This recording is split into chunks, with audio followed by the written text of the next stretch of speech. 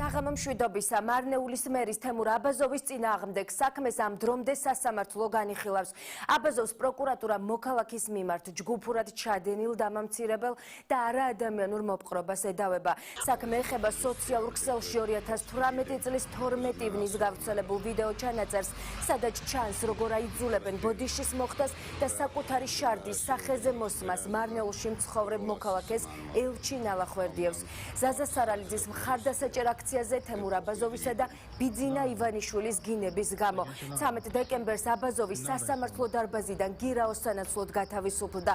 მოტივად კი ის დასახელდა, რომ გამოძიების მოცემულ ეტაპზე ყველა მთავარი მოწმე დაკითხულია და წარმოდგენილია ყველა წერილობითი მტკიცებულება. შესაბამისად, მოსამართლე მიიჩნია, რომ აბაზოვის მხრიდან გამოძიებისთვის ხელშეშლის ან მოწმებზე ზეწოლის საშიშროება არ არსებობს და მას საპატიმრო აღკვეთის ღონისძიება 10,000 ლარიანი გირაოთი შეუცვალა. მთავარ კითხვებს ღია ეთერში დღეს თემურ აბაზოვი უპასუხებს. და ჩვენი გადაცემის სტუმარია მარნეულის ყოფილი მერი თემურ აბაზოვი. საღამო მშვიდობისა ბატონო თემურ, ძალიან დიდი მადლობა, რომ დათანხმდით გადაცემაში მონაწილეობაზე. და პირველი კითხვა, მარნეულის მერად კანდიდატურის დაყენების გადაწყვეტილება ამ გადმოსახედიდან რამდენად გამართლებულად მიგაჩნიათ? მოგესალმებით, მიესალმებით ტელემაყურებელს. მადლობა მოწვევისთვის, რა თქმა უნდა.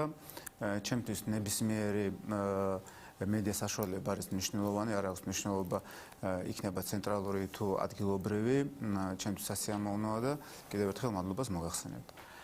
რაც შეეხება კითხვას, იცით რომ მე ბოლოს მუშაობდი დიპლომატიურ სამსახურში ატაშედ, შესაბამისად, როცა გახდა საჭირო და უფრო მეტად ჩათვალეს საჭირო ვარ სჭირდებათ კანდიდატი, რომელიც შეიძლება იყოს მარნეულის მერად წარდგენილი, პარტიამ და ერთობლივად მიიღეს ასეთი გადაწყვეტილება და შემდგომ მე ასე ვთქვათ შევცვალე სამსახური.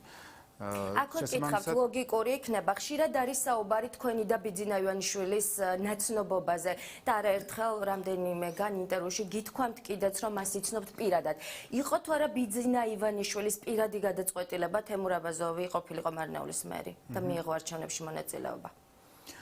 მინდა გითხრათ, რომ ბატონ ბიძინა ივანიშვილის არა მარტო მე, მთელი საქართველო და არა მარტო საქართველო იცნობს.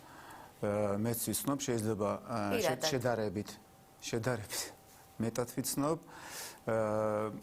ვინაიდან 2006 წლიდან მუშაობ მის კომპანიაში და როცა დადგა ის დრო, რომ 2011-ში შეიქმნა პარტია ქართული ოცნება, დემოკრატიული საქართველო, შესაბამისად იმ დღიდან ვიყავი ჩართული და აქამდეც ერთად მივდიოდით. აქედან გამომდინარე ძალიან მარტივი იყო მათთვისაც ამ გადაწყვეტილების მიღება, რომ მერის კანდიდატად წარიდგინათ ჩემი თავი. თუმცა მართველი გუნდის მიერ 2017 წლის ადგილობრივი თვითმმართველობის არჩევნებში მარნეულის მერობის კანდიდატი იყო ამირან გიორგაძე. მისი ბანერები ცენტრალურ ქუჩაზეც იყო განთავსებული და რეალურად ხალხმა იცოდა, რომ ის უნდა ყოფილიყო მომავალი მერი, თუმცა შემდეგ უკვე თავად მმართველმა გუნდმა შეცვალა გადაწყვეტილება. ეს იყო ბიძინა ივანიშვილის პირადი და ოდნავ დაგვიანებული გადაწყვეტილება მაშინ და როგორ მიიღო ეს მოსახლეობა? მაშინ მე ვიყავ აზერბაიჯანში, იქ მოღვაწეობდი. შესაბამისად, როცა იყო შეთავაზება, ეს გადაწყვეტილება უკვე მიღებული იყო. შესაბამისად, რის გამო მოხდა, რა დროს მოხდა, ჩემთვის ცნობილი არ არის. მართალი ბრძანდებით იყო ისეთი, ანუ თავიდან ბანერებზე გიორგაძე იყო, ჩემ მოსვლის მერე კიდე გიორგაძეც იყო და მეც ვიყავ, ერთად ვიყავით. თუმცა თქვენ გახდით მერი, ამირან გიორგაძეს სამწუხაროდ არ ქონდა ინფორმაცია, რომ ის აღარ იყო მერობის კანდიდატი იმ პერიოდში. ძლიერი კანდიდატი იყო და წარმატებულად, როგორც მე მერობის არჩევნებში, ასევე ამირან გიორგაძემაც საკრებულოს არჩევნებში ჩათვალეთ, რომ 70%-მდე ავიღეთ. ეს საკმაოდ მაღალი შედეგი აჩვენებს. დაბალი შედეგი არ არის. მით უმეტეს, როცა დაახლოებით 1-3 კვირით, ერთი თვით ადრე დავიწყეთ კამპანია. არ ნანობთ დღეს უკვე, რომ გახდით მარნეულის მერი მაშინ?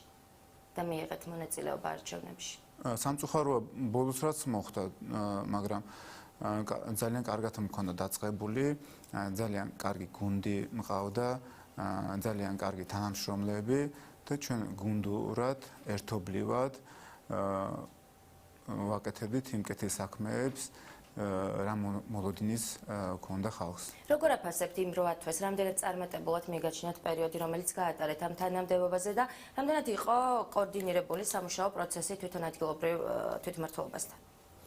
კი, ვფიქრობ, რომ წარმატებული იყო, რაც შეეხება თვითმმართველობასთან ურთიერთობაში, არც ერთი კონფლიქტი ჩვენ შორის არასოდეს არ ყოფილა, ერთად ვწყვიტავდით, ანუ არც საკრებულოს, არც მერიას ესე ცალკე აღებული გადაწყვეტილება არ ქონია მიღებული და საკრებულოზე არ იყო ისეთი პრობლემები, რაზეც ამ დროიდან ვსჯელობდით და ერთიანად, ერთად, გუნდურად ყველაზე სწორ გადაწყვეტილებას ვიღებდით და შესაბამისად მოქმედებდით.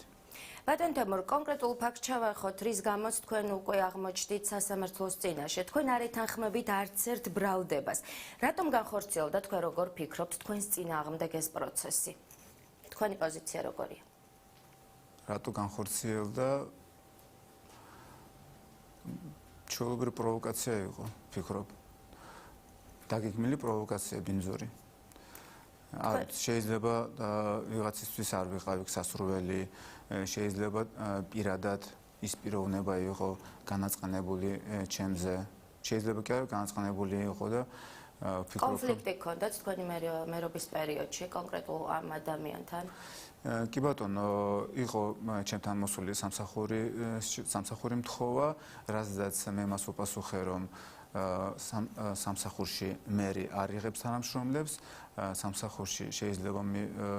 სამსახურში აყვანა შეიძლება შემდეგნაირად, ანუ უნდა გაიაროს კონკურსი, კონკურსის გავლის შემდგომ უნდა გასაუბრება გაიაროს და მაგის მერე უკვე შეიძლება გახდეს თანამშრომელი თუ იმ სფეროში აქვს პრაქტიკა და გამოცდილება, ხო? ამ პირს არც დიპლომი არ ქონია, არც სახელმწიფო ენას ფლობს. შესაბამისად, მე ისევ და ისევ მასაც ვუთხარი, რომ კონკურსი უნდა გაიაროს და მაგაზე დარჩა ნაწყენი და ისიც თქვა, რომ დავუშვ თავს მოვიკლავ და ქურდობას დავიწყებ და ასე შემდეგ. მე მას ვუთხარი, რომ ისიც დანაშაულია და არ უშევდი. კი ბატონო, კი, არ ურჩევდი, რომ მსგავსი რამე ჩაიდინოს, იმიტომ რომ არის სამართლის საქმე. საქციელს, რომელიც შემდეგ უკვე განვითარდა თქვენს წინააღმდეგ. ნუ განაწყენებული იყო პრინციპში, შესაბამისად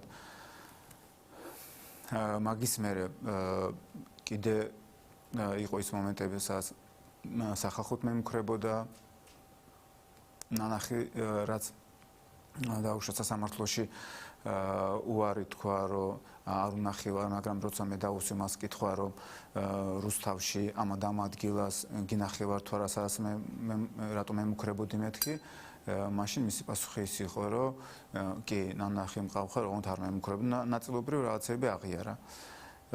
ნუ ვფიქრობ, რომ შესაბამისად ამიტომ გააკეთეს პროვოკაცია, რომ შური იძია ჩემზე. მაგის გარდა კიდე ციტირებას მოახდენ, სასამართლოში მან თქვა, რომ ეს ყველაფერი გავაკეთე იმის გამო, რომ მე ასეთი ფორმით ოჯახის წევრის შეურაცხყოფით და ასე შემდეგ მინდოდა ნაციონალურ მოძრაობაში გადასვლა. დიახ. კი ბატონო, და როცა დაიკითხე ის პიროვნება, რომელიც ვისი მანქანით დაბრუნდა ისევ მარნეულში, მას უპასუხა, რომ მან ეს ყველაფერი გააკეთა, იმიტომ რომ განაწყენებული იყო ჩემზე. არ გამორიცხავთ, რომ ის ასრულებდა გარკვეული ჯგუფების დავალებას, ამ მეჩუს სხვათა შორის თქვენი ადვოკატებიც გამოთქვამდნენ. კი ბატონო, მე რაც მოგიხევით, ეს არის ფაქტი. ეს არის ციტირება, რაც მან თქვა. შესაბამისად, მაგის უკან რა დგას, არ იქნებოდა სწორი და სამართლიანი, ასე ვთქვათ, სამართლებრივად არ იქნებოდა სწორი. ვინაიდან მაგის უკან შეიძლება მე არაფერს არ გამოურიცხავ. როგორც შეიძლება, ასევე შეიძლება არ იყოს და მართლაც მხოლოდ ის იყოს, რომ ნაწყანი იყო ჩემზე და ასეთი არასწორი და ბინძური ქმედება ჩაიდინა. ბატონ თემურ, თქვენი დაკავება დაემთხვა წინა საპრეზიდენტო პერიოდს. წინა საარჩევნო პერიოდი იყო მაშინ ქვეყანაში. არ გიჩვენთ ეს საფუძვლიან ეჭვს, რომ პარტია ქართულმა ოცნებამ ეს გააკეთა პოლიტიკური ქულების დასაწერად და შემდეგ უკვე გათავისუფლდით გირაოს სანაცვლოდ, მას შემდეგ რაც უკვე სალომე ზურაბიშვილი გახდა პრეზიდენტი. თუ არ გსურთ, არ მიპასუხოთ. არ გიპასუხებ ნებისმიერ ჩვეულებრივ და პროვოკაციულ კითხვებზე. ეს პრობლემა. მზად ვარ ყოველთვის.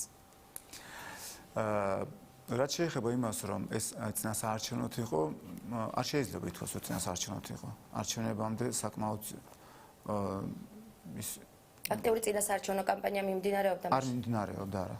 მაშინ იყო სარალიძის ხარდასაჭერი აქციები. ჯერ კანდიდატიც არ იყო არჩეული მაგ დროს. მაგრამ რაც შეეხება იმას, რომ ქართულ ოცნებას შეეძლო თუ არამით ქულების დაწერა, ვფიქრობ, რომ არანაირ კავშირში არ არის, იმიტომ რომ რითი დაწერდა ქულებს თავისი წევრის დაკავებით, ჯერ ერთი, მეორე კიდე ამას ხო ქართული ოცნება არ აკავებს, არის ადამიანი, რომელიც საჩივარი აქვს შეტანილი, არის ბრალდებული, შესაბამისად ვფიქრობ, რომ ვიღაცის ჩართულობა არც იყო საჭირო. ყველაზე სწორი იქნებოდა ის, რომ რა განაჩენს გამოიტანდა სასამართლო, გამოძიება და პროკურატურა, ხო? მოხდა ზუსტად ასე. მართლაც არავინ არ ჩარეულა ჩემ საქმეში, ჩარევას გულისხმობ დახმარებაში, როცა გახდა ის დრო, რომ გამორიცხული იყო ზემოქმედება მთავარ მოწმეზე და ერთადერთ მოწმეზე, რომელიც ხელს მოდებს, მაგ შემთხვევაში უკვე გაუადვილდა სასამართლოს გირაოს შეფარდება. მას შემდეგ, რაც გირაოთი გაგათავისუფლეთ, თქვენ თქვით, რომ აპირებთ ჩივილს ცილის წამებისთვის. დღესაც ამაზრზე ხართ? კი, დღესაც ასე ვფიქრობ, მაგრამ ეს სამართლებრივად ადვოკატებთანაც გავლილი მაქვს. ვფიქრობ, რომ ანუ პროცესის ბოლოს, ის შედეგის ბოლოს შევიტან საჩივარს. და უჩივლავთ კონკრეტულ პიროვნებას ცილის წამება, ანდონის ცილის წამება და ასე თანამდებობის. კარგი, თქვენ სასამართლოს დასრულების დომის დასრულებამდე, საბოლოო განაჩენის გამოტანამდე არ გაქვთ ხომ უფლება, რომ თანამდებობაზე დაბრუნდეთ. მე მაინტერესებს იმ შემთხვევაში, თუ გამამართლებელი განაჩენი დადგება, აპირებთ დაუბრუნდეთ ისევ თანამდებობას. გაქვთ ამის სურვილი? ჯერ პირველ კითხვაზე გიპასუხებთ. მე სრული კანონიერი უფლება მაქვს ნებისმიერი საჯარო სამსახურში გავაქცელო ან დავიწყო მუშაობა. კანონი არ გვიგრძელავს, იმიტომ პროცესი მიმდინარეობს და ჯერჯერობით ბრალდებულის სტატუსი მაქვს და არა მსჯავრდებულის. რაც შეეხება დაბრუნებას, ან ჩემი პირადი განცხადების საფუძველზე გავაკეთე მივიღე გადაწყვეტილება და დავტოვე თანამდებობა. აქამდე თქვენთვის ცნობილია, რომ თანამდებობა შეჩერებული იყო. კი ბატონო. იმავე წერილში იყო დაწერილი დაბრუნება, აღდგენა და განთავისუფლება. რაც საკრებულოში გაიტანეს და გამოთავისუფლეს. მე მაინტერესებს მარნეულში თავად ხალხის მხარდაჭერას, გვერდში დგომას თუ გრძნობდით ამ პროცესის მიმდინარეობის პერიოდში. ანუ გიჭერდათ ხალხი მხარს ჯეროდათ მათ თქვენი უდანაშაულობის, ანუ როგორც თქვენ ამბობთ, აღმოჩნდით პროვოკაციის მსხვერპლი. მოსახლეობას თუ სჯეროდა ამის? მოსახლეობასთან ხშირი ურთიერთობა მქონდა ყოველთვის. დღე არ გადიოდა, რომ შეხვედრა არ მქონია, ან რაღაცა გახსნა, ან ინფრასტრუქტურული პროექტების. ბოდიში გაწყვეტინეთ თქვენს პირად გვერდზე სოციალურ ქსელში ვნახეთ ბანერი, სადაც დაუბრუნდეს მოვალეობას მარნეულის მერი თემურ აბაზოვი. დაუბრუნდეთ, დიახ. კი ბატონო. ესე თქვენი მხარდაჭერაც არის ხომ ალბათ? კი ბატონო, მე მინდა გითხრათ, რაც არ მithქვია, მაგალითად მაგ დროსაც როცა დაკავებული ვიყავი, ჩემ თხოვნა იყო ყოველთვის ადვოკატებთანაც, რომ აქციები არ ყოფილიყო, არავინ არ გამოვიდეს, არავინ არ იწვალოს, არ შეწუხდეს, სწორ გადაწყვეტილებას მიიღებს სასამართლო პროკურატურა და ანუ გამამართლებელი შედეგი დადგება. მაგრამ მინდა გითხრათ, რომ ძალიან ბევრს უნდოდა როგორც სოფლებიდან, რაიონის, ასევე ქალაქ მარნეულიდან რომ დაეჭირათ მხარი თქვენთვის. კი, გამოსვლები უნდათ როგორც რუსთავში, უნდათ მოსვლა, ასევე თბილისში. შესაბამისად, ან კატეგორიულ უარზე ვიყავი და აქედან გამომდინარე ეს აქციები მაქსიმალურად ვეცადე და მე მგონი გამომივიდა და შევაჩერებინე. თვითონ პარტიის მხარდაჭერას გრძნობდით? ქართული ოცნების. პარტიის მხარდაჭერა რაში უნდა გამოიხატოს? დაგიდგნენ გვერდში პარტიაში მყოფი ადამიანები, თუნდაც ბიძინა ივანიშვილმა გამოხატა მხარდაჭერა თქვენი მისამართით? ძალიან ხოვნიშნე მაგასთან დაკავშირებით, რომ მხარდაჭერა როგორც ასეთი ამ მსგავს სიტუაციებში მე არ მინახე, არც გამიგია, რომ ერეუდეს ბატონი ბიძინა ივანიშვილი. ამ შემთხვევაში ზუსტად იგივე იყო, გაგრძელდა პროცესები, სამართლებრივი პროცესები, გაგრძელდა გამოძიება და სანამ ბოლომდე იმის რისკი არ იყო, რომ ზეწოლა შემეძლო მომეხდინებინა მოწმეზე ან გამინადგურებინა ნისმკიცებები, იქამდე გირაუზე იყვნენ კატეგორიულ უარზე. როცა დაიკითხა მოწმე, მთავარი მოწმე, შესაბამისად მერე უკვე ლოგიკურიც არის, არც არ ვარ ასად გამქცევი, სწორი გადაწყვეტილება მიიღეს და გირაუ შემფარდეს. თქვენი Facebook გვერდი თემურ აბაზოვი მარნეულის მერად ერთ-ერთმა მედია საშუალებამ გაავრცელა და შემდეგ მეც ვნახე, რომ ნამდვილად გააქტიურდა. ბოლო პერიოდში ახალი აქტივობა გაქვთ 4 მარტს, როდესაც შეიცვალა პროფილის ფოტო და თქვენი მარნეულში თქვენი მერობის პერიოდშია ფოტო გადაღებული. პირადი გვერდიც გაქვთ სოციალურ ქსელში. რას უკავშირდება ეს აქტიურება ამ კონკრეტულ გვერდზე თემურ აბაზოვი მარნეულის მერად? ოფიციალურ გვერდზე მქონდა ოფიციალური სურათი. ეხლა ვფიქრობ, რომ ნაკლებად ოფიციალური სურათია და მარნეულისთვისაც რა კი მე არა ნაკლებად ოფიციალური პირი ვარ შესაბამისად. კარგით, მას შემდეგ რაც აღარ ხართ მერი, შორიდან როგორ აფასებთ უკვე იმ პროექტებს, რომელიც მიმდინარეობს მარნეულის მუნიციპალიტეტში, უკვე თქვენს გარეშე? წარმატებულად ართმევენ თავს იქ თანამდებობაზე მყოფი ადამიანები ამ პროექტების განხორციელებას თქვენი შეფასებით? ეხლა შორიდან ასეთი დეტალური შეფასება ჩემი მხრიდან არ იქნებოდა სწორი, ვფიქრობ, ვინაიდან რაც დაწყებული იყო, ხედავ რომ აგრძელებენ, ძალიან ძლიერი გუნდი მყავს, თანამშრომლები, მოადგილეები. მე მჯერა რომ იგივე გზას ან თუ შეუძლიათ უფრო მეტსაც აკეთებენ. ძირითადად დაკავებული ვარ იმით, რომ ხშირი პროცესები მაქვს სასამართლოში, რო გითხრათ, რომ 100%-ით დაინტერესებული ვარ და ყოველთვის თვალყურს ვადევნებ, ფიზიკურად ვერ ვახერხებ. ჩემ პერიოდში რაც შეეხება დაუშვათ დაწყებისთანავე დავიწყე მაგალითად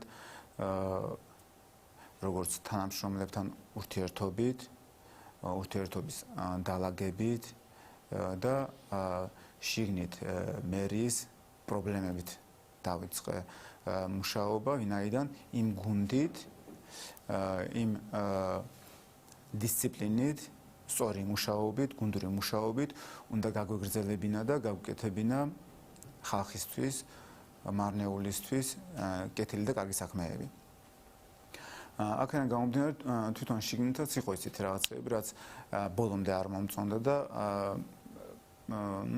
რასაც ვიხსენებ, ცვლილება იყო შეტანილი იმაში, რომ სატელეფონო ბონუსები ჰქონდათ ყველა თანამშრომელს თითქმის. შემდგომ ეს სამსახურის უფროსებზე და განყოფილების უფროსებამდე შეჩერდა, ვინაიდან ეს დიდ ხარჯებთან იყო დაკავშირებული. მაგის მერე ასევე 18 ადმინისტრაციული ერთეული გვაქვს და 18-ვე მერის რწმუნებულს წარმოადგენელია დღეს. მერის წარმოადგენლებს ყავდათ ავტომობილები. ეს საქართველოს არსად არ არის, მარტო მარნეულში იყო. და მე არ მინდოდა რომ მარნეული გამორჩეული იყოს სხვა რაიონებიდან, ქალაქებიდან ფუფუნებით. შესაბამისად, ეს 18-ვე მანქანა იქნა ჩამორთმეული, რომელიც შემდგომ აუქციონზე გაიყიდა. დაახლოებით 80,000 ლარზე მეტი შეადგინა. მინდა გითხრათ, რომ ასევე თვითონ მუნიციპალიტეტის მერის შიგნითაც იყო გამომართავი მანქანები, ისინიც დავამატეთ და სადაც 26 მანქანამდე გავიტანეთ და საკმაოდ დიდი თანხა შემოვიდა. მით უმეტეს ამ მანქანებს ყოველწლიურად 100,000-მდე ხარჯი ჰქონდათ. და პლუს ამას ემატებოდა საწვავი. წარმოიდგინეთ, რამხელა ხარჯთან იყო დაკავშირებული ეს ყველაფერი. მაგრამ მე ჩემს რწმუნებულს ყველაფერი აუხსენი. მადლობა მათ, რომ გამიგეს. შესაბამისად, რამდენიმე დღეში ყველა მანქანა ჩაბარებული იქნა და აუქციონზე გასავსებული. ამ მანქანებით კი რაც ვერ მოასწარი, უნდა შეგვეძინა ელექტრომანქანები, როგორც მუნიციპალიტეტისთვის, რაც იქნებოდა ეკონომიურად იქნებოდა, ნაკლები ხარჯი იქნებოდა მანქანებს და მარნეულის ლოგოები. ასევე ჩაცმულობაზე ფიქრობდი, უკვე რამდენიმე ნიმუშები მქონდა. ჩაცმულობა არასთან დაკავშირებით. დაუშვათ თანამშრომლები, რომლებიც გადიან ამოწმებენ ობიექტებს, ხო? ზედამხედველობის სამსახური. არ შეიძლება ახლა მივიდეს რაღაც სხვადასხვა მანქანით, ხო? სხვადასხვა ჩაცმულობით. ან სპეციალური ფორმები უნდა წმოდათ ამ ადამიანებს. სპეციალური ფორმით, რომელსაც ლოგო ექნებოდა, სპეციალური მანქანით ეკონომიურით და სპეციალური ლოგოთი და იმით ყველა სამსახურის თავის სახელი დაეწერებოდა. ანუ ეს როგორც ეფექტი, ასევე რაიონისთვის, ქალაქისთვის სილამაზეც იქნებოდა. შესაბამისად, უფრო მეტი პასუხისმგებლობა მოეთხოვებოდა მოქალაქეებისგან და უფრო პასუხისმგებლიანად მიდგებოდნენ თანამშრომლებიც. ნაკლები კონფლიქტიც იქნებოდა. როცა არის ფორმიანი ადამიანი, მაგას წარდგენაც არ უნდა უკვე ვინ არის და არის მეორე ვარიანტი, სულ კონფლიქტები იყო ხოლმე, ანუ ვინ ხარ, საიდან ხარ, რატო ხარ. იქნებ განხორციელდეს თქვენი ინიციატივა ახლა უკვე სხვა პირების მიერ, თუმცა მაინც. ნუ არ გამოვრიცხავ. არ გამოვრიცხავ. ასევე რაც შეეხება ავტობუსებს. იგივენაირად დაგეგმილი მქონდა და ნიმუში მქონდა გაგზავნილი.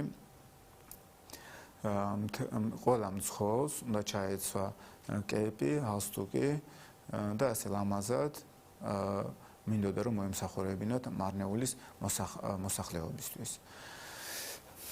ვინაიდან მე პირადად ვიყავი ჩართული ამ პროცესებშიც პირადად, ნუ ხო არის ხოლმე რომ დავუშვათ მაგალითისთვის ან საჩვენებლად რამდენიმეჯერ ჯდები ავტობუსში.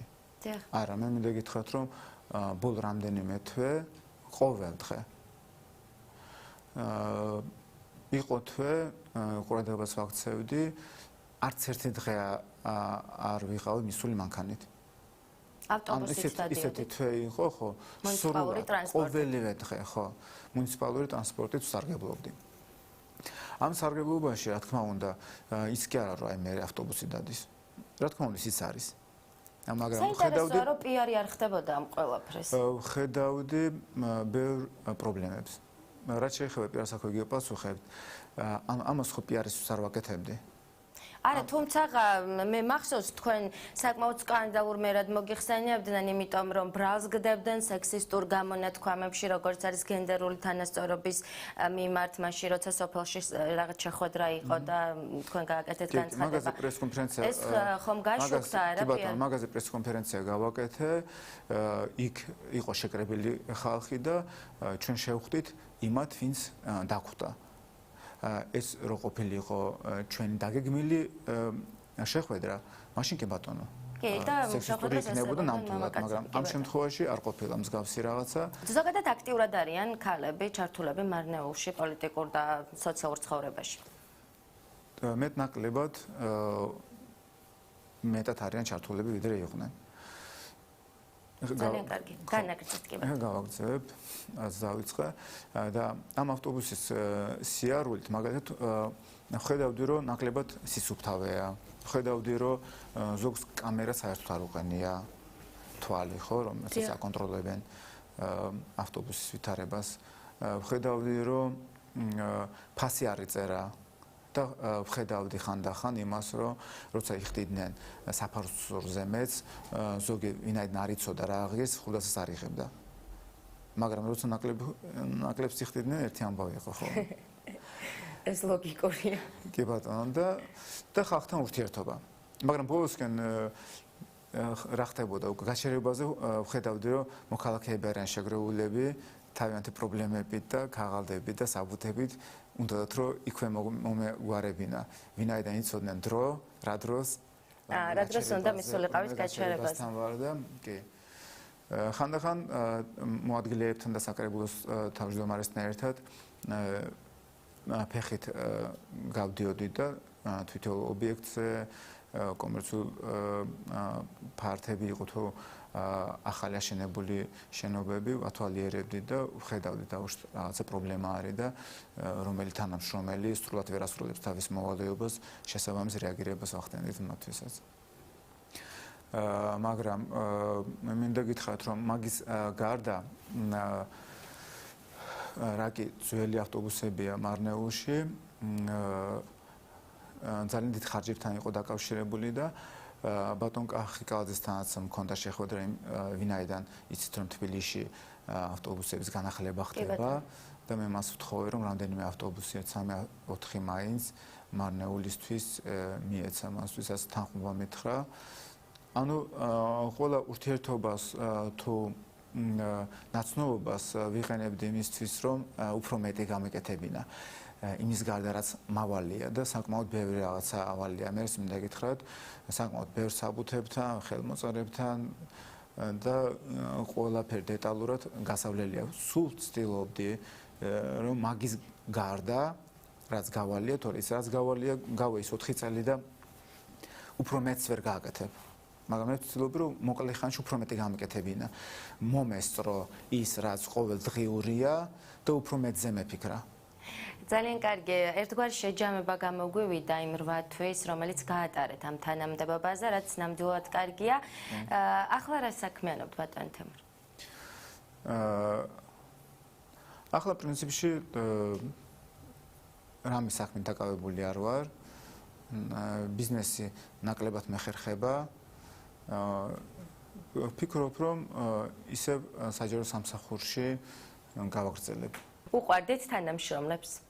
არ შეიძლება სიყვარულის გაგიჟებულები არ ყოფილიყვნენ, მაგრამ მოსწონდით მათ. ვისაც უყვარო ჩემ მეუღლეს, იმათ ალბათ პატივს მცემენ თანამშრომლები. ვისაც სამსახური და მუშაობა არ უყვარს, მაგას ვერ შევუყვარდები. გესმით? ან საკმაოდ კაცრი მერი უნდა ყოფილიყავით ახლა ჩემი შეფასებით. მოიტყვით. ვისაც საქმე ეზარება და მუშაობა და რამის კეთება, ხო, მაგისთვის რა თქმა უნდა ცუდი ვიქნები. მომთხოვნი იქნებ, მაგრამ იყვნენ ეგეთი თანამშრომლები, შენიშნავს ვერ ვაძლევდი. იმდანაც აკეთებდნენ, ხო? კი ბატონო. ხო, რო ეუბნებოდი ჭიქა მოიტანეთ, ცარიელი ჭიქა არ მოქონდათ. დავუშვით უკვე 4-იანიც ეწერა და წყალიც იყო და სუფთაც იყო და ონკანიდან გავსებული არ იყო, დამდგარი წყალიდან იყო. უკვე ზუსტად რა იციან რა, თავიდან ბოლომდე ყველაფერი სიტყვაზე. და მეორეა რომ ავალებ კონკრეტულად ეუბნებ დეტალებში და სულ სხვა რაღაცით მოდის. კარგით, გავაგრძელოთ საუბარი იმ პროექტებზე, რომელიც შეძელით და განახორციელეთ ამ 8 თვის განმავლობაში. ასევე უნდა შეზღუდული ბავშვებისთვის ყოველწლიურად დაახლოებით 100,000 ლარამდე ირიცხებოდა წარმოიდგინეთ რომელიღაც შეპესეში. ყოველწლიურად. შესაბამისად ეს ყველაფერი რო გავიგე და შეპესეს წარმოადგენელი რომ მოვიდა ხელის მოსაწერად, მე ეს ხელშეკრულება შევაჩერე, დაველაპარაკე საკრებულოს და თანამშრომლებს და მათი ეს ზრუნვა მოვლა და ყველაფერი გადმოვიტანეთ ჩვენთან მერიაში. ვინაიდან პასუხისმგებლობა ეკისრებოდა მერიას და არაფერში არ ვიყავით ჩართულები წარმოიდგინეთ. მათი უსაფრთხოება, მათ რით იკვებებოდნენ, რა სწავლობდნენ, ადგილზე მიყავდათ თუ არა ტრანსპორტირებას ახდენენ თუ არ ახდენენ, ხო? ეს ყველაფერი არის ძალიან მნიშვნელოვანი. ვინაიდან ის ბავშვები ჩვეულებრივ ბავშვებზეც კი უფრო მნიშვნელოვანები არიან ჩვენთვის. დღესდღეობით მაგალითად ის თანხა არ ირიცხება, ისიც მინდა გითხრათ რომ როცა იყო მოლაპარაკება და მე მათ უთხარით რომ თანხას არ ჩაურიცხავთ და ამ ყველაფერს მომსახურებას ჩვენ ავიღებთ ჩვენ თავზე, ისეთი შეთავაზებაც იყო რომ კი ბატონო, ნუ ჩარიცხავთ იმ თანხას, ჩვენ მაინც გავაგრძელებთ მუშაობას. თქვენ წარმოიდგინეთ, მაგის გარდა კიდე რამდენ სხვადასხვა საელჩოებიდან თუ სხვადასხვა ადგილებიდან დამატებით კი თანხას იღებდნენ. და ჩვენ კიდე 100,000-მდე თანხას უხდიდით. შესაბამისად, ან თქვენ ჩათვალეთ, რომ ეს იყო ზედმეტი ხარჯი და აიცილეთ თავიდან. ზედმეტი დახარჯული თანხა და მეტი პრობლემა. იმიტომ რომ რამე რო ყოფილი იყო, ისევ და ისევ მერიის თავის ტკივილი იქნებოდა. ამ ყველაფერში კიდე დღესდღეობით უფრო კომფორტულად არიან, კვება დავამატეთ, ლოგოპედები დავამატეთ, ბევრად კომფორტულადაც არიან და შესაბამისად ბევრად მომგებიანიც არის მუნიციპალიტეტისთვის. რითაც მშობლები იყვნენ ძალიან კმაყოფილები, მოვიდნენ პირადად ჩემთან და მადლობები გადაიმასახნეს, მომიხადეს მაგისთვის. ეს რა თქმა უნდა ძალიან მნიშვნელოვანია. მაგის გარდა კიდე რაღაც თანხები რიცხებოდა თითქოს და რაღაცა ღონისძიებები ტარდება ტურისტულად განსავითარებლად. სინამდვილეში კიდე გარედან ჩანდა ასე ხდებოდა რა პივების და ალკოჰოლური სასმელების გაყიდვა, ჩხუბები, დაჭრები და შესაძლოა შინაგან სამსახურისთვის თავის ტკივილი და პრობლემები ხვდები. ეს თვითონ მარნეულში. კი. ქალაქში. და ისიც კი ბატონო, ისიც მაშინ ბატონი გიგა იყო გუბერნატორი, მასთან შეთანხმებით შეუწყვეტეთ. ვინაიდან სერიოზული პრობლემის მომტანი და ტყუილი ფულის დახარჯვის შედეგი იყო ეს ყველაფერი. ასევე მანამ სანამ გავხდებოდი მერი კომპანია სოკარ ჯორჯიას როგორც მარნეულისთვის, ასევე სხვადასხვა რაიონისთვის ქონდა საჩუქრად გადაცემული ტრაქტორები. იქ რომ მივედი, ძალიან საინტერესო რაღაც დამხვდა რა. ის ტრაქტორები იყო გადაგდებული სულახლები, ჩაფუშული საბურავები და გამომართავები. ეს ყველაფერი დავავალე მოადგილეებს დამეხმარეს მაგრად თანამშრომლებს, რომ რამე პროგრამა უნდა გავაკეთოთ, რომ ეს ტრაქტორები იმუშაოს და ბენეფიციარებისთვის დახმარება გაწიოს. თვეზე მეტი იმუშავეთ ამაზე, გავაკეთეთ ისეთი პროგრამა, რომელიც იყო როგორ ჩვენ მუნიციპალიტეტის სახსრებით უსხავდით საწვავს და ჩვენ ვუხდით ხელფას მძღოლებისთვის და ბენეფიციარებისთვის მომსახურებას უწევდა. არც ერთი ბენეფიციარი არ დარჩა ჩემი მუშაობის დროს, ყველგან მოასწრეს და დაამუშავეს მიწა. წარმოიდგინეთ, რამდენად მნიშვნელოვანია. ვინაიდან თქვენ იცით, რომ მარნეულში 85%-მდე აზერბაიჯანელები არიან და ძირითადად არიან ჩართულები მიწასთან სამუშაოდ. მიწით მიწა არის პირველ რიგში მათთვის და მიწით შემოსავლის წყარო. კი, ინახავენ ოჯახებს, ხო? და როცა საშუალება არის როგორ იმასახნან მიხედონ. და თვითეული ოჯახი დავალებული მქონდა რწმუნებულებისთვის, ჩემი რწმუნებულებისთვის და მათ მოქონდათ სიები, ვის რა დახმარება სჭირდება. პირადადაც ვაკონტროლებდი. შემდგომ გავაკეთეთ ეს სისტემა, გუბერნატორიც მისი მოადგილეც იყო მოსული, ძალიან მოეწონათ და ისიც მითხრეს, რომ სხვა რაიონებშიც იგივეს გააკეთებდა. შემდგომ ამის მერე ეს ყველაფერი სოკარმა რო ნახა, რომ სრულყოფილად ეს ტრაქტორები ასრულებენ თავის მოვალეობას და ეხმარებიან იმ ხალხს, ვისაც საშუალება არ აქვს, ხო? შეგვპირდნენ, რომ კიდე დაამატებენ. მაგრამ იმ სეზონზე არც ერთი დაუმუშავებელი მიწა ოჯახებში, ვისაც საშუალება არ ჰქონდა, არ დარჩა. ეს ვფიქრობ ძალიან მნიშვნელოვანია, მით უმეტეს, როცა ამუშავებ რაღაცაში იყენებ, ხო, ბაზარშიც ფასს ათამაშებ და მოსახლეობისთვისაც შედარებით უფრო ნაკლებ ფასად იძენს ამ თუ იმ პროდუქტს. გასაგებია. ასევე დიდ ყურადღებას ვაქცევდი უკანონო მშენებლობას. არ ვიცი როდიდან, არ ვიცი რამდენი ხანია, მაგრამ ძალიან ცუდი ის იყო, რომ სულ რაღაც პატივისცემის საფუძველზე ან სხვადასხვა რაღაცეებით, ასე ვთქვათ, საფუძველზე. ნაცნობობის, მეგობრობის, ასე შემდეგ. ხდებოდა რა? აშენებდნენ უკანონოდ, მერე კიდე ჯარიმდებოდნენ. წარმოიდგინეთ, ორ თვეში ერთი წლის და ორი თვის ანაზღაურებას შემოსულ თანხაზე მეტი თანხა შემოგვივიდა, იმიტომ რომ სწორად დავაჯარიმეთ. მე ყველა გავაფრთხილე, ასევე განცხადება მქონდა გაკეთებული, რომ მე არ მიხარია თქვენ დაჯარიმება. მე მესმის, რა ძნელად თქვენ შოულობთ თანხებს, რა პირობებში ცხოვრობთ და რამდენად მუშაობთ, რომ რამე თანხა გქონდეთ და მართლა არ მიხარია თქვენ დაჯარიმება, მაგრამ მე მიწევს.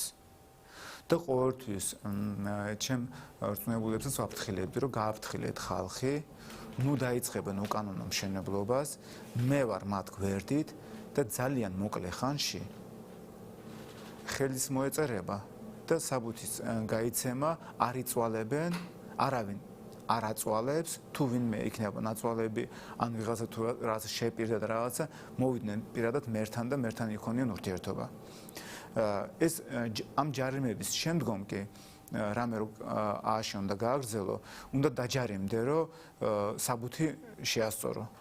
მიხვდით? იქამდე ვერ იმასიზავდა. შესაბამისად ყველა იყო ინფორმირებული და უკვე იყო ის დრო, ყველა მოდიოდა იმისათვის, რომ ჩვენთან მოდიოდნენ უკვე საბუთებით. მანამ სანამ საბუთს არ გააკეთებდა მოქალაქე, არ იწყებდა მშენებლობას. აი ეს ასე ვთქვათ, ცოტა კანონის ფარგლებში ჩაჯდა. ასევე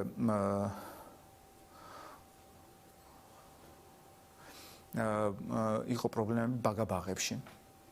სამწუხარო, რა თქმა უნდა, ამაზე საუბარის არ მინდა მოგიხვებით, მაგრამ ან წარმოიდგინეთ, თანამშრომლები რო პარავდნენ ხორცს, პურს, კვერცხებს და ბავშვები რჩებოდნენ მშივრები. ესეთი შემთხვევები იყო? თითოეული, კი ბატონო, სისხლისამართლის საქმეც იყო აღზრული, ერთი ამბავი ატყდა, ხალხი გამოვიდა და პრობლემა იყო ზუსტად ის. არასწორი მართვა. როცა ვიღაცა გარეთ გამოდიოდა და ერთ ამბავი ტყდებოდა, იგივე თანამშრომელი რჩებოდა და აგრძელებდა მუშაობას. მაგრამ ამ შემთხვევაში იგივე არ გაგრძელდა, მოიხსნა და შევხვდა მოქალაქეებს, მოსახლეობას და აუხსენე, რომ სხვა არის მოსული, უკვე დანიშნულია და შესაბამისად ამას ვერ შევცვლით. დამიჯერეთ, რომ მთელი მარნეულის მასშტაბით მსგავსი ფაქტი არ დაფიქსირებულა. და რა ხდებოდა, იცით? შემთხვევის მერე ბავშვება ინციდენტს მოგიყვებით რა. როცა საჭმეს იღებდნენ ბავშვები, პური ან კვერცხი უკან მიქონდათ. რო ეს დავუშვათ ერთი კვერცხი ზედმეტია, ან პურის ერთი ნაჭერი ზედმეტი მოგვეცით. წარმოიდგინეთ, ვინაიდან ბავშვებს თავის ნორმა არ აუღიათ არასოდეს, გესმით? გასაგებია. და უკან უბრუნებდნენ იმის გამო, რომ დავუშვათ ეგონათ, რომ ზედმეტია. და ეს უკვე ის პერიოდი იყო, როცა ბავშვებს სახში მიდიოდნენ, არიძახდნენ, რომ მშია საჭმელი მაჭამე და მშობლებს საჭმლით მოდიოდნენ ბაღთან, რომ იმ დონეზე შიოდათ. ეს პრობლემაც ასე მოგვარდა, რაც ძალიან მნიშვნელოვანია, იმიტომ რომ ბავშვები ცით რომ პრიორიტეტია ჩვენთვის. ასევე უსინათლოებისთვის დავეხმარე და თავშეყრის ადგილი გავარემონტებინე. შიგნით ავეჯი სჭირდებოდა, ტექნიკა სჭირდებოდათ, მაქსიმალურად გვერდში დაუდექე და დავეხმარე, რომ მათაც ერთმანეთში ქონდეთ ურთიერთობა, ხშირი შეხვედრა, რაღაცა პრობლემების გაზიარება და ასე შემდეგ. სამწუხაროა, რა თქმა უნდა, მაგრამ ჩვენი მერის თანამშრომლების მხრიდანაც კი მოქალაქეების მიწები ქონდათ წართმეული. რაც ყველა იქნა დაბრუნებული. თქვენ არ დამიჯერებთ, როცა თვითონ მერის თანამშრომლების მხრიდანაც კი იყო, რაც თავისი თანხი დააბრუნებინე. წარმოიდგინეთ, როცა 100-120 კაცამდე შეიძლება მოსულიყო დღეში.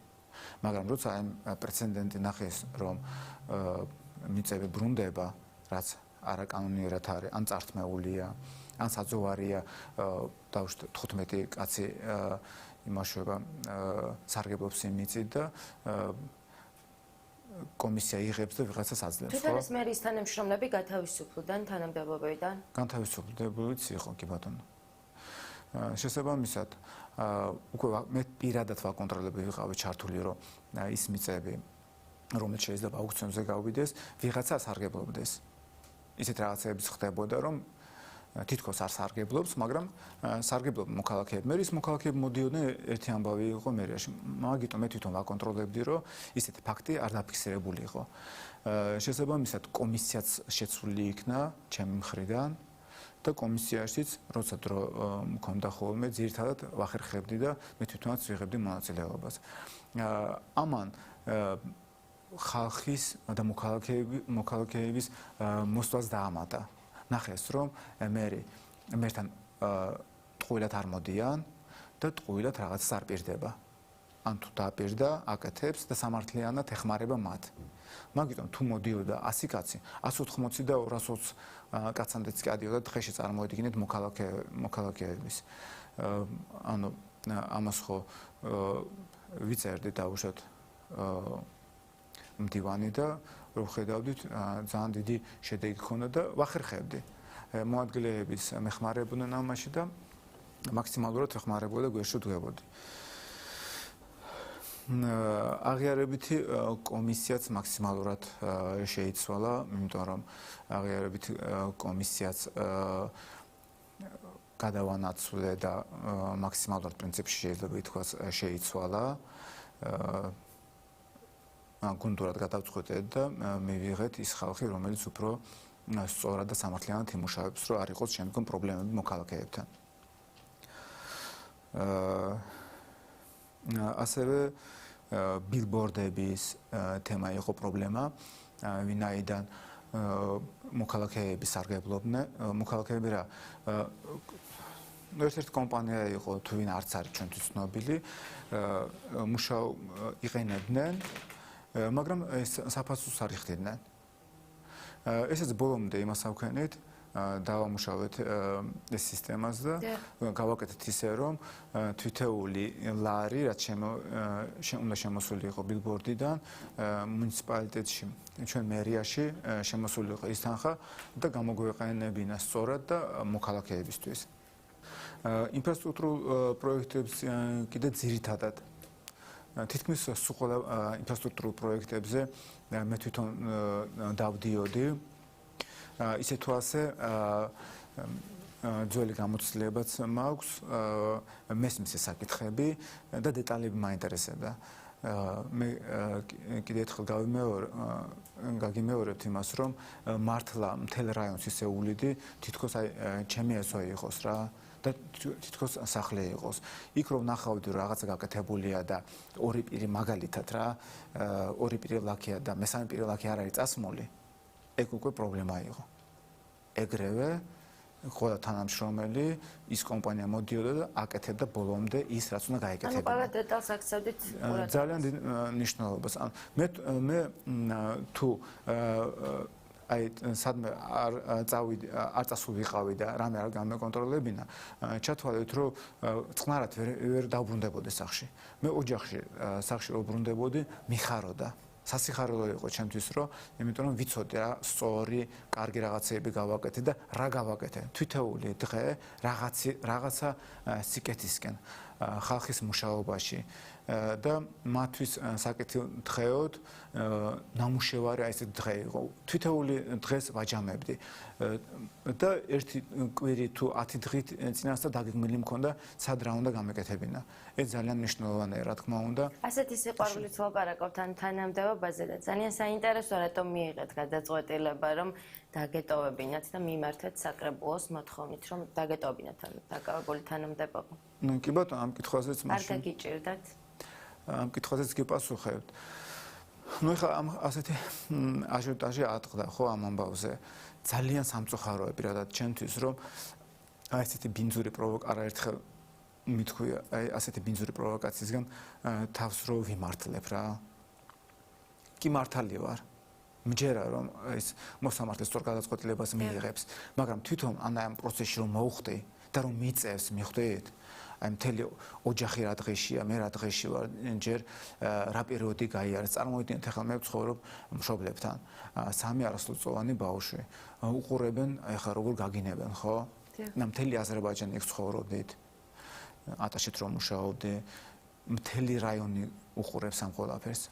ნუ როგორ იქნება და სამწუხაროა, რა თქმა უნდა, რომ ძალიან ყველა მაგრამ რამდენიმე არხმა დაუშვათ ქართულად როცა თარგმნიდა ხო? აზერბაიჯანულად იყო თარგმნა ის ქვევით თარგმნა იყო, როცა აზერბაიჯანულად იყო იმ გინებას არ აჩერებდნენ, მიხვდით? ანუ პირდაპირ გადიოდა ის გინება, წარმოიდგინეთ, თვეები. გადიოდა, დიახ. პირდაპირ გადიოდა. ანუ აზერბაიჯანულად წარმოიდგინეთ, რაც გადიოდა, იმას არ აჩერებდნენ. იგივე ხმით, ოღონდ ქართულად ქვევით იწერებოდა და იგივე ხმით მთელი სანათლისაო ოჯახის წევრები, მთელი რაიონი და ყველა ხო ჩვენთვის გასაგებინად როგორ წარმოგიდგენიათ სამ-სამი ბავშვი რომელიც სკოლაში დადის ხო მეგობრებთან მე მასწავლებლებთან გაგიჟებულები იყვნენ გეფიცებით რა ეხლა ძალიან აი ეხლა ხვდები ხოლმე ის ბავშვთანაც მივდივარ სკოლაში და ხვდები ხოლმე მასწავლებლებს ის მაინტერესებს რა როგორ რა შემიძლია დავეხმარო და როგორ იქცევას ამ შემდეგ გაგიჟებულები არიან რა აი თქვენნაირი მამაო წარმოგიდგენიაო რომ მსგავსი რაღაცა გააკეთოსო ძალიან უხაროდათ რა ერთ-ორმა იტირა კიდევაც რომ ნუ არ მჯერაო რა ასეთი შვილის მამა ასეთი რაღაც თქვენი აღზრდილი არის არ არსებობსო ნუ კატასტროფა იყო რა წარმოიდგინეთ მით უმეტეს ახალგაზრდა ეხლა მეუღლე ბავშვებთან, მშობლებთან, ნუ როგორ არის? თან რამდენი ხანი გაგრძელდა. პროვოკაციის მსხვერპლის ვარ და დაზარალებულის ვარ და განადგურებულის მე ვარ. აი ყველაზე ამ ადამიანს პირადად შეხვედრილ ხართ ამ პროცესების შემდგომ უკვე. სასამართლოში მქონდა შეხვედრა. ისიც არის საინტერესო და გაუგებარი, როცა დააკავეს მერი. ეს პიროვნებასაც ვერ დავარქმევ. ეს პირი ყავდათ დაცვის პროგრამაში. მოწმეთა დაცვის პროგრამაში. ნუ კარგი გასაგებია. დაცვის პროგრამაში ყავთ, ხო? რა საჭიროა მერის დაკავება? ან მერს აკავებ? ის რაღაც საჭიროა, რომ დაცვის პროგრამაში ყავდეს და თანხას უხდიდეთ და უნახავდეთ და დაცვით დადიოდეს. ძალიან საინტერესოა. ანუ ფიქრობდნენ რომ შესაძლოა საფრთხეს პრინციპში მერი დაკავებული იყო მაგრამ არა მე გეტყვით საფრთხეს ან თქვენი აღწერები მაშინ აქვე გეტყვით შესაძლოა ეს იყო მიზეზი ახლა არა მიზეზი იყო სხვა რა მიზეზი იყო სხვა ეს ადამიანი არის არაადეკვატური ამ ადამიანს ნუ წარმოიდგინეთ რა აი არანორმალურია ასე რომ ვთქვათ ლაითად რომ ვთქვათ ესე იგი თავის მეუღლის მე-6 თუ მე-7 მეუღლე ყავს ამ მეორე ბოლო მეუღლის ძალადობდა პოლიციაშია საქმე ხან იმ ოცნებაშია ხან წარმოიდგინეთ ნაციონალურ მოძრაობაშია სამსახურიდან რამდენიმეჯერ გაგდებული სამსახურში რამდენი მაგის თანამშრომელი დაკითხული წარმოუდგენელ რაღაცებს საუბრობ მაგაზე მანქანას შუაგზაში შუა სოფელში აჩერებს და აგინებს მოწმეებია დაკითხული მემუქრება ატყუებს მოსამართლეს ჯერ ეუბნება რომ არ მინახია თემურ აბაზოვი მე კითხვას რო უსვავდა იხსენებს თურმე ხომ მემუქრებოდა იქ წარმოუდგენელი ადამიანია რა ადამიანი რომელსაც არაერთხელ აქვს საჩივარი შეტანილი ეს ხო ფაქტებია ეხლა რაც თქვი ყველა ფაქტია ყველა დაკითხული მოწმეების საფუძველზე გეუბნებით წარმოგიდგენიათ ეხლა რამდენიმეჯერ აქვს განცხადება შეტანილი საჩივარი საკრებულოს თანამშრომელზე მოქალაქეზე და მე ბოდიშის მოხდით უკან აღებული აი ეს არის საინტერესო ამის საშუალება არ მისცეს ეხლა აღარ სულს მას კამერებთან უკვე დამიჯერეთ ის რომ არ ყოფილიყო მოწვევთა დაცვის პროგრამაში დამიჯერეთ თავისივე ნებით ბოდისაც მოიხდიდა და იმასაც აიღებდა თავის შეტანილი ჩივილსაც აიღებდა იმ საჩივარსაც აიღებდა იმიტომ არაერთხელ აქვს ეს გაკეთებული გესმით და რომელიღაც ნათესავისთვის ნათქვამიც ჰქონდა რომ მე არ მინდა ამათთან ყოფნა და არც სითხე ყოფილა იქ სხვა სითხე ყოფილა და ასე შემდეგ გამიშვიდა არაფერი არ მინდა გესმით არ მეგონა თუ ასეთი რაღაც ამბავი ატყდებოდა მაგრამ არ მისცეს საშუალება ბოლომდე მივიდა როცა გააკეთა იგივე განცხადება რომ თემარ აბაზოვმა მსგავსი რაღაცა გამიკეთა მერე განთავისუფლეს წარმოგიდგენიათ ეხლა ნახეთ აი საინტერესო მომენტები ექსპერტიზის პასუხია ხო დიახ არც ერთი წვეთი მაგის ტანსაცმელიდან არც ერთი წვეთი მაგის ფეხსაცმელიდან არ გამოვიდა რო იქ იყო შარდი აცხადებს დაზარალებული რომ სახე არ დაუბანია მაგის შემდგომ ექსპერტიზის პასუხი გვაქვს კაცო არანაირი შარდის ნაკვალი სახეზე არ აქვს არანაირი ზეწოლის ტანსაცმელს რო იძახს დამარტყეს და ასე შემდეგ სუფთად აქვს გესმით აი როგორ შეიძლება ჭიქაზე არაერთხელ აცხადებს რომ თემურ აბაზოვმა მომაწოდა გამოვიდა პასუხი ხო ექსპერტიზის პასუხი გვაქვს ხელში არ არის ჩემი ანაბეჭდი არც იძახეს ვინმე აწოდა დაიკითხა იმ რესტორნის მეპატრონი დაიკითხან იქ თანამშრომლები არც ერთი ჭიქა არ აკლია იქ არავის ჭიქა არ მიუწოდები არავისთვის ჭიქა საიდან მოვიდა გესმით სჭირდებოდა 6 თვე რომ თქვენ უკვე იყავით ციხეში დაკავებული მოსამართლის მხრიდან რომ შემდეგ სამწუხაროდ აი წარმოიდგინეთ თვენახევარი იყო გაცული და თვენახევრის მერე კიდე არაფერი არ ქონდა პროკურატურას მაგრამ კიდე თვენახევარი დამიმატეს იმის გამო რომ ან დროში იწელებოდა პროცესი პირდაპირ შეგვიძლია ვთქვათ არა მათთვის მნიშვნელოვანი იყო რომ დაუშვათ მთავარი მოწმე დაკითხული იყო და ნისმტკიცებების ეგრეთ წოდებული ნისმტკიცებების განადგურება ყოფილიყო ჩემი მხრიდან შესაბამისად ეს ყველაფერი რომ მორჩა და იქნა ეს განცხადება მიღებული რომ გირაუთი განთავისუფლებული ყოფილიყო ფიქრობ რომ საკმაოდ ვრცელი და საინტერესო ინტერვიუ შედგა დღეს ღია ეთერში და მაყურებელიც მაქსიმალურად ამომწურავად მიიღებდა ყველა კითხვაზე პასუხს. თქვენ ძალიან დიდი მადლობა იმისთვის რომ იყავით დღეს გადაცემა ღია ეთერის სტუმარი. მადლობა თქვენ, მადლობა მაყურებელს, მინდა მადლობა გადაუხადო იმისათვის რომ თქვენ აქ დამპატიჟეთ. შესაბამისად ვფიქრობ რომ მოქალაქეებიც სწორდასკვნებს გააკეთებენ და აქვე მინდა თქვენი ეთერით ვისარგებლო და ყველა ქალბატონს მიულოცო 8 მარტი. დიდი მადლობა ქალბატონების სახელით. მარნეულის ყოფილი მერი თემურ აბაზოვი პასუხობდა ღია ეთერის შეკითხვებს. შევხვდებით ხუთშაბათს ტრადიციულად 22 და 30-ზე. ნახვამდის.